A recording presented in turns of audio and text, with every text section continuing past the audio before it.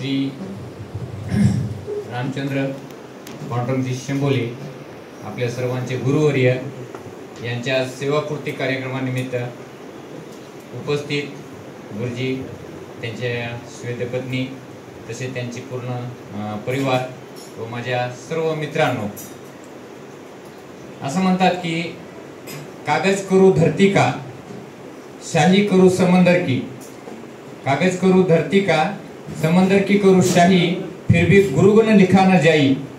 म्हणजे गुरुचे गुण एवढे मोठे आहेत की जर आपण धरतीचा जरी कागद केला आणि समुद्राची जरी शाही केली तरी गुरुचे गुण हे लिहिल्या जात नाहीत. एवढे असे गुरुचे गुण आहेत. आणि ही खरंच म्हणती किंवा हे जो दोहा आहे हे खरंच म्हणलं तर आपल्या रामचंद्रजी शेंबोले सरांना, आपल्या सर्वांच्या गुरुवर यांना ही लागू होती.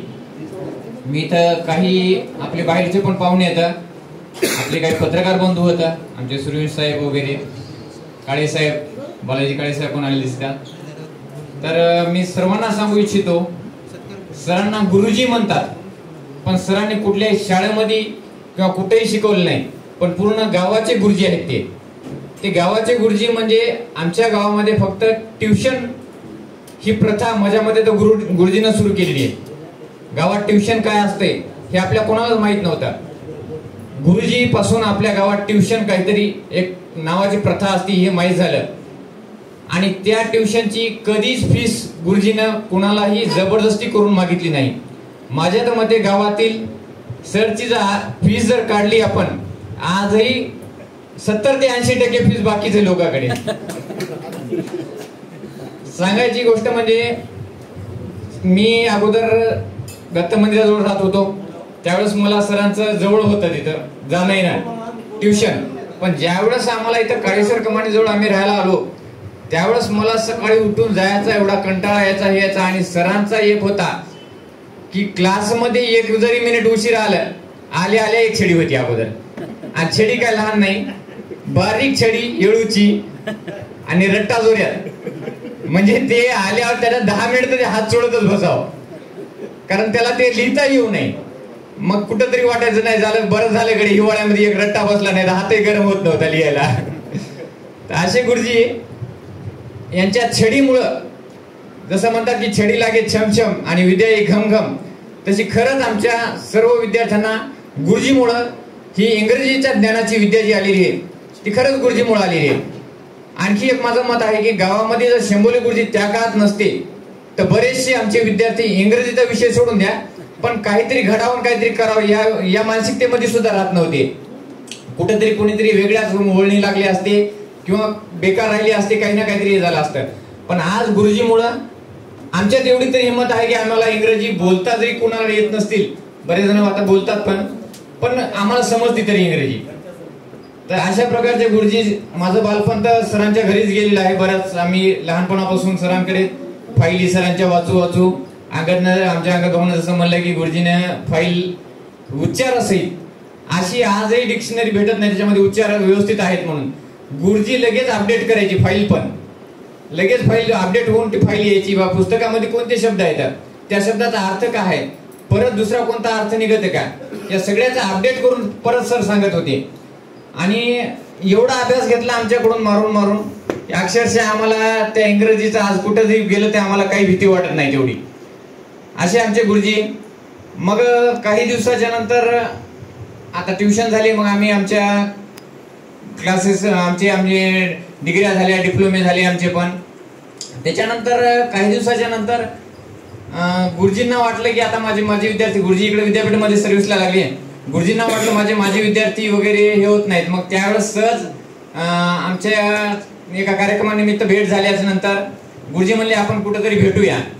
मग सहज आम्ही गुरुजीच्या खाली, ज्यावेळेस खालचं घर बांधलेलं नव्हते, काहीच नव्हतं, त्यावेळेस आम्ही तिथे एक जेवणाचा कार्यक्रम ठेवला गुरुजीने आणि आम्ही जेवण केलं सोबत. मग त्यावेळेस आम्हाला कळालं की गुरुजी किती मोकळे येतात, नाही तर आम्ही तर गुरुजीला अगोदर घाबरतच होतो. मग नंतर गुरुजी म्हणजे आमचे मित्र झाल्यासारखे झाले, एवढे मैत्रीचे संबंध की मग आम्ही नंतर पुढे चालून आम्ही आमच्या काही मित्रांनी एक स्वराज्य मित्रमंडळ सुद्धा काढला. गुरुजी त्यामध्ये पण होते. आम्ही त्या मित्रमंडळाअंतर्गत आमच्या ते मित्रमंडळ काढण्याचा खास उद्देश होता की आपण फिरायला जावं कुठेतरी.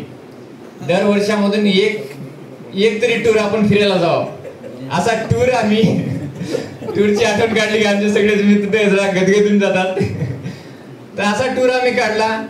टूरचा उद्देश होता फिरायला जायचा, पण टूर लांबत गेला, जास्त करायची जागा.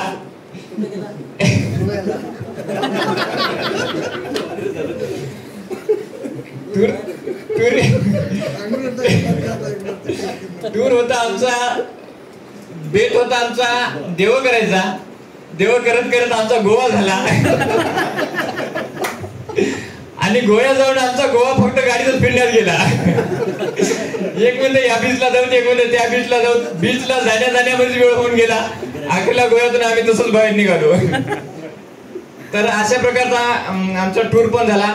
आणि गुरुजीचं ज्यावेळेस आता मी पाहतो की इमानदारी, खरंच इमानदारीच्या गोष्टीमध्ये गुरुजींचं एवढं नाव घ्यावं वाटतं की कारण आज एवढ्या मोठ्या विद्यापीठाच्या मोठ्या पदावर असून आज तुम्ही छोटे छोटे पद पाहता. तुम्ही चपराशी असणारे लोक सुद्धा कुठेतरी काहीतरी पैसे मिळाव या उद्देशानं ड्युटी करतात. पण गुरुजीच्या आयुष्यामध्ये आजपर्यंत कोणीही कुठेही 1 रुपया मी गुरुजींना दिला म्हणून माहिती नाही आपल्याला.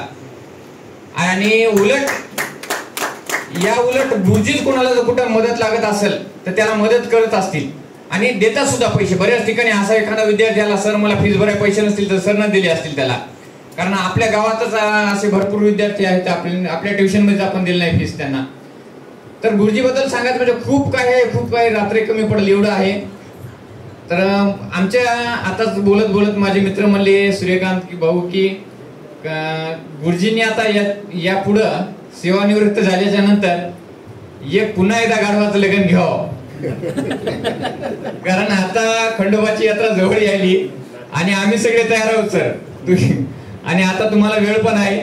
माझ्या मते आमचा एक इथं कान्हा आहे त्या काळातला तुमचा कान्हा, म्हणजे तुमच्या नाटकातला तो कान्हा म्हणजे आमचा मित्र बालाप्रसाद आहे इथं. हा, बालाप्रसाद शंकरराव अंबर्डे त्याला कान्हा करत होते, मला एवढी आठवण आहे. तर खूप मोठे नाटकं घेतले गुरुजींनी, खूप मोठे नाटकं रचले होते. त्यांची खूप टीम चांगली होती. आमचे सुदामदेव आहे तिथं, मेघाजी गुरुजीची सूर्यका की वंदना मेघाजी गुरुजींची, मेघाजी पंचासरांची वंदना राहत होती राधा. तर असे खूप आमचे इथं मित्र आहेत की ज्यांनी त्या काळामधले पूर्ण ते नाटकं पाहिलेले आहेत. आणि सरचे सहकारी पण आहेत माझ्यामध्ये. सुदामदेव दिसले असे वाटले मला, आहेत सुदामदेव आहेत, त्या प्रभुदेव आहेत. तर असे सरांना त्या काळामध्ये भरपूर सहकार्य लाभले आणि त्यांनी भरपूर काही आता आज संतुकराव साहेब खूप मोठ्या पदावर गेलेत, पण त्यांनी पण सरांच्या घरीच या कार्यक्रमासाठी बऱ्याच रात्रा गेल्यात असं काल आपण आपल्या सरांच्या लेखामधून पण ऐकलो. तर सरांच्या बद्दल सांगण्याचं म्हणजे खूप काही सांगायसारखं आहे. सरांनी रिटायरमेंटचे हे फक्त एक निमित्त आहे, पण रिटायरमेंटच्या नंतर सरांनी शक्य झाल्यास पाहावे आमच्या लेकरासाठी, आमच्यासाठी ते केले. आणखी एखादे क्लासेस चालू करावं. आणि गुरुजीबद्दल खूप काही मनामध्ये इच्छा आहेत, खूप काही सांगण्यासारखं आहे. आमचे नेहमी मला कुठल्या काही अडचण आली तर मी गुरुजीकडे नेहमी जातो, माझ्या अडचणीबद्दल बोलतो. इव्हन राजकीय माझे काही प्रॉब्लेम असतील तरी मी गुरुजींना सांगतो. सरांनी राजकारणामधल्या सरांचा पिंड नाही, पण तसं नाही पण म्हणता येत नाही, कारण विद्यापीठामध्ये राजकारण असते तुमच्या कमिटी पदपिढी वगैरे. त्यामुळे सरांनी मला नेहमी वेळोवेळी मला राजकारणामध्ये मदत केलेली आहे, मला शैक्षणिक मदत केलेली आहे. आणि आमच्या समाजाअंतर्गत भरपूर काही कार्यक्रम होत असतात. त्या कार्यक्रमासाठी सर नेहमी तत्पर असतात समाजासाठी. प्रत्येकच आपल्या कुठल्या गणपतीच्या पट्ट्या राहू द्या, कुठल्याही राहू द्या, गुरुजी तर मजा तर म्हणे गुरुजीच्या पगारातली अर्धी पगार गुरुजी बाहेरच जात असेल. गुरुजींना दानत्वाची खूप मोठी एक त्यांच्यामध्ये एक अंगीकारलेली एक गुण आहे तो. आणि आता मी एवढं सांगू शकतो की बा सेवा निवृत्ती म्हणजे ही निवृत्ती नाही तर आता सेवा सुरुवात झालेली आहे.